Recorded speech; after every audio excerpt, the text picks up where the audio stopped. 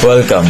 On behalf of Group 3 TM202, I am your tour guide for today's journey. And to begin, of course, we need to know the basics and the capital of the Jamaica, which is Kingston, with its currency of the Jamaican dollar. While we're tackling the basic of facts of Jamaica, we will show you the famous Rose Hall Great House of the Montego Bay. I'm your second tour guide. It was built on mid-19th century and once ruled by Avea women named Annie Palmer. If you may ask, Avea is Jamaica for voodoo. Yes, you heard me right. Annie is a white witch. Annie was said to have murdered several of her husbands in their sleep and eventually suffered the same fate herself. Now, this plantation house was rebuilt as a historic house museum. Well, on a lighter note, you might think that Jamaican has different language because of how they speak and their accent. But the official language of Jamaica is English, and most of them are Protestants when it comes to their faith. I'm Samantha Samson, your third tour guide for today. Do you guys know Bob Marley? The famous musical legend known in reggae genre. People here in Jamaica celebrate his birthday and eventually became a festival in honor of Bob Marley. I love Bob Marley. Can we have a little background music while we tour Falmouth, a famous preserve, Georgian little town with a dark story to lighten the mood. It was built by a Royal Caribbean. The civilization starts as easily as 17th century. And by this time, it is a peak period of British colonialism and also the trade of Jamaican and African as a slave. That's why Falmouth is considered as a dark tourism. Of course, if there's a dark time, there's also the time when Jamaica fought for their freedom. A Comping Maroon Festival is a celebration to commemorate over 200 years since the signing of the peace treaty between the Maroons and the British. It's almost summer already.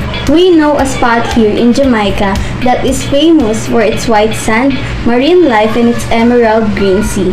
Negril Beach, also known as 7 Mile Beach, it is called as the prettiest beach in Jamaica.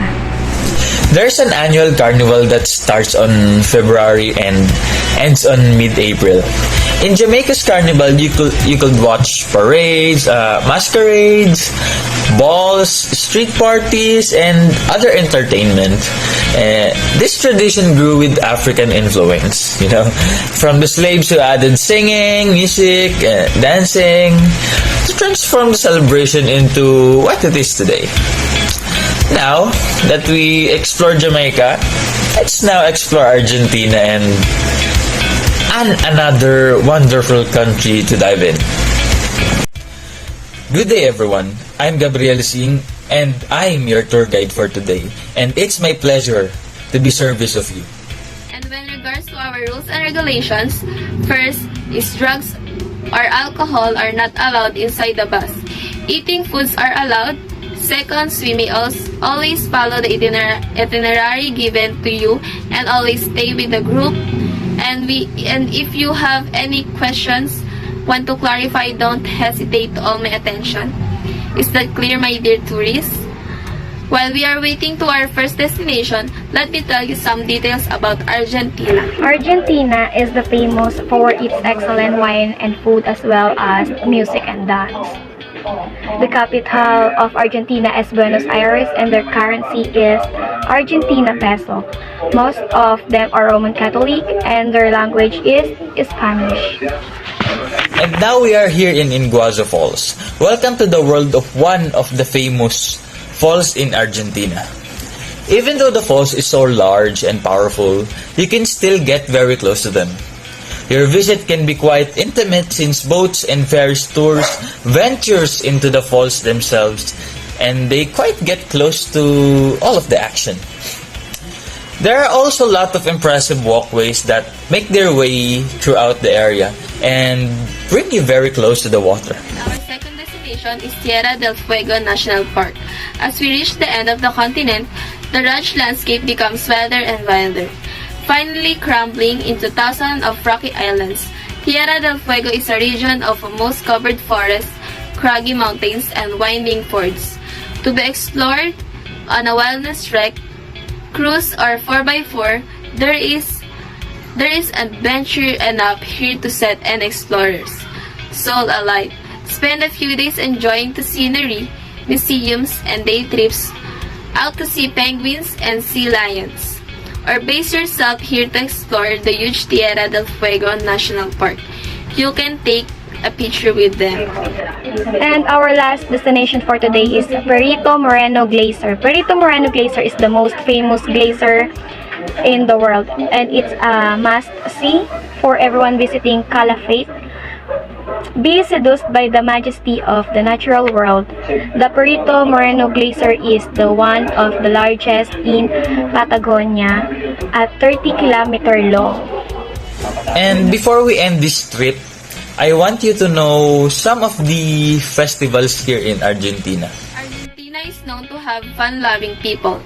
With an exciting culture and beautiful landscapes, it is the second largest country in South America. There is more to the country that meets your eye.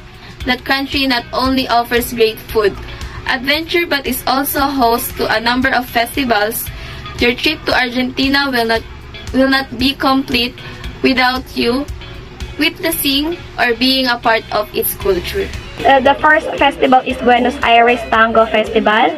Buenos Aires is considered as the primary location for tango across the world. The Tango Festival takes place each year in the month of August. Dancing duos from across the world come here to take part in Tango Festival. Professional as well as mature dancer populate and scene to enthrall you with some great dance moves in over the city. And the second festival is Oktoberfest.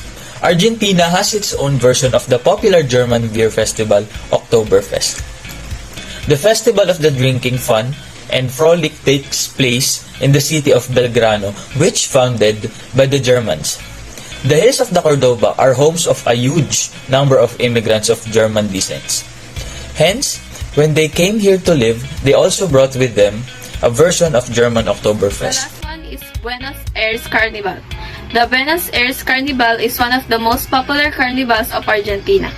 The parade takes place annually in the month of February.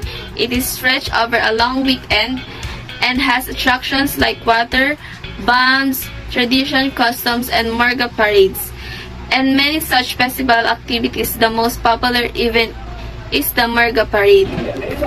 That's all. Thank you all for being here today and taking time to patiently listen what I had to say. I wish all blessed day.